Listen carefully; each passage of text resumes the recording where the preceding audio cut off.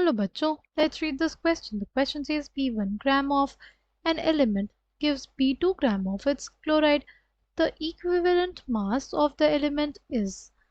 Options are given to us. The key concept for this question is equivalent mass of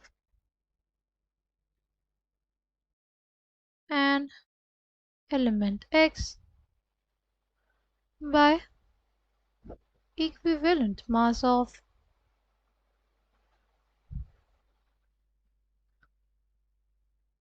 an element Y is equals to mass of element X by mass of element Y, right.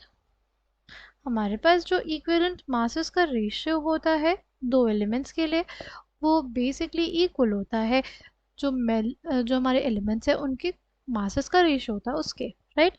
अगर हम लोग बात करते हैं इस question में हमें क्या दिया हुआ है, हमें दिया हुआ है B1 gram of an element, यानी मास ऑफ एलिमेंट हमें कितना दिया हुआ है, एलिमेंट 1। हमारे पास कितना दिया हुआ है, B1 ग्राम दिया हुआ है, ठीक। उसका इक्विवेलेंट मास हमें निकालना है, उसको हम लोग बोल दें क्या, E1 बोल देते हैं। Equivalent mass of equivalent mass of element 1 किसके बराबर हो जाएगा, वो बेसिकली हो जाएगा E1 के बराबर, ठीक। अब अगर हमें निकालना हो मास ऑफ एलिमेंट 2, एलिमेंट 2 जो होगा वो हमारे पास क्या होगा, क्लोराइड होगा, राइट, क्लोरीन होगा, है ना। क्योंकि हमें बोला है कि मेटल क्लोराइड बना रहा है और वो कितना मेटल क्लोराइड बना रहा है, B2 ग्राम बना रहा है, ठीक है। तो अगर हमारे पास मास ऑफ मेटल क्लोराइड है, कितना, मास ऑफ मेटल क्लोराइड हमारे पास है B2 ग्राम, ठीक, B2 ग्राम, ठीक। तो हमारे पास मास ऑफ मेटल भी पता है कितना है, B1 ग्राम। तो अगर निकालना होगा mass of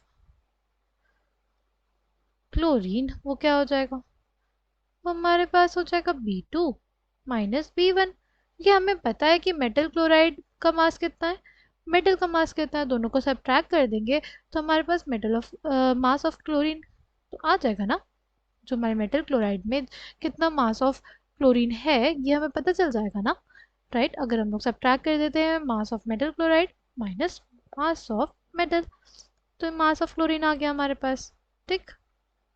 mass of chlorine आ गया, मास ऑफ क्लोरीन कितना आया हमारे पास, वो आ जाएगा B2 माइनस B1 ग्राम, ठीक।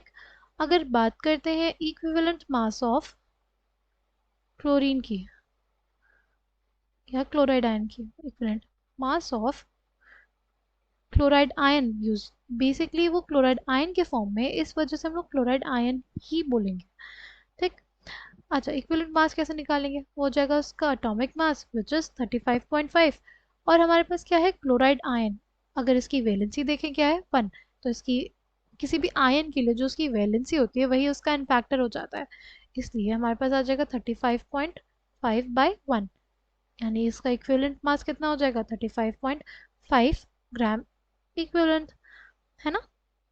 तो अगर हम लोग बात करते हैं अब हम लोग लिख सकते हैं क्या, लिख सकते हैं equivalent mass of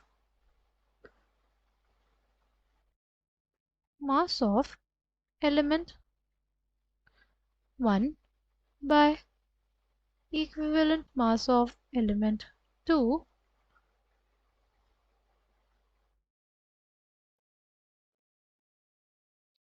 by mass of element 1